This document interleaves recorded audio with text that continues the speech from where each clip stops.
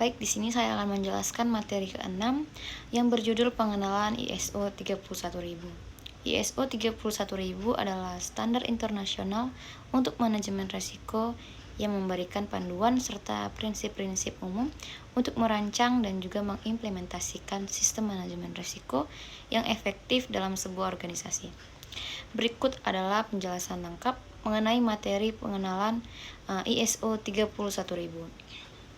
Yang pertama ada definisi manajemen risiko. ISO 31000 memberikan definisi manajemen risiko sebagai aktivitas integral dari manajemen organisasi yang terarah pada mengidentifikasi, menilai, dan mengelola risiko, serta menyediakan dasar untuk pengambilan keputusan yang dapat diandalkan dan terinformasikan. Yang kedua ada prinsip-prinsip manajemen risiko. Standar ini menguraikan sejumlah prinsip dasar manajemen risiko, termasuk pendekatan yang terintegrasi, penyesuaian dengan konteks organisasi, peningkatan secara berkelanjutan, serta keterlibatan dan komitmen pimpinan. Yang ketiga ada ruang lingkup ISO 31000. ISO 31000 berlaku untuk semua jenis organisasi, termasuk sektor publik, swasta, dan nirlaba. Itu dapat diterapkan pada seluruh organisasi atau bagian-bagian tertentu dari organisasi itu sendiri. Yang keempat ada proses manajemen risiko. Standar ini menyajikan proses manajemen risiko dalam pendekatan berurutan yang mencakup komunikasi dan juga konsultasi. Di sini melibatkan pihak-pihak yang relevan dalam proses manajemen risiko, penetapan konteks organisasi. Di sini juga menentukan batas-batas dan parameter untuk manajemen risiko. Selanjutnya ada identifikasi risiko, mengidentifikasi peristiwa potensial yang dapat mempengaruhi pencapaian tujuan.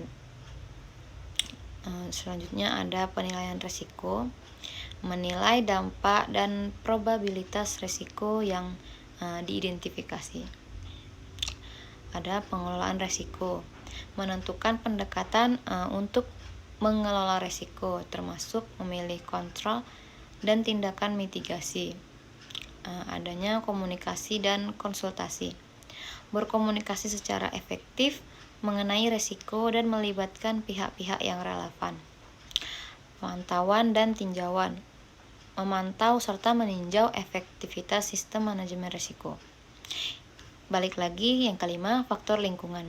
ISO 31000 menyoroti pentingnya memahami faktor-faktor lingkungan yang mempengaruhi manajemen risiko, termasuk konteks eksternal dan juga internal organisasi. Yang keenam ada struktur dan proses manajemen risiko. Standar ini memberikan struktur dan panduan untuk merancang, mengimplementasikan dan memperbaiki sistem manajemen risiko, termasuk bagaimana menyelaraskan dengan proses manajemen organisasi yang ada. Yang ketujuh ada kesinambungan bisnis dan ketahanan organisasi. ISO 31000 menekankan pentingnya manajemen risiko dalam konteks kesinambungan bisnis dan ketahanan organisasi terhadap perubahan dan tantangan eksternal. Yang kedelapan ada kesesuaian dengan standar lain. Standar ini dirancang untuk dapat diintegrasikan dengan standar manajemen lainnya, seperti ISO 9001 atau manajemen mutu dan ISO 14001 manajemen lingkungan. Yang kesembilan ada panduan implementasi. ISO 31000 memberikan panduan untuk implementasi manajemen risiko dan yang sukses, termasuk tahapan dan aspek-aspek kunci yang perlu dipertimbangkan. Menerapkan ISO 31000 membantu organisasi untuk mencapai tujuannya dengan memahami dan mengelola risiko secara efektif, sehingga meningkatkan kemampuan organisasi untuk beradaptasi dengan perubahan dan meningkatkan kinerja keseluruhan. Sekian materi ke-6 yang berjudul pengenalan ISO 31000 yang dapat saya sampaikan. Terima kasih. Assalamualaikum warahmatullahi wabarakatuh.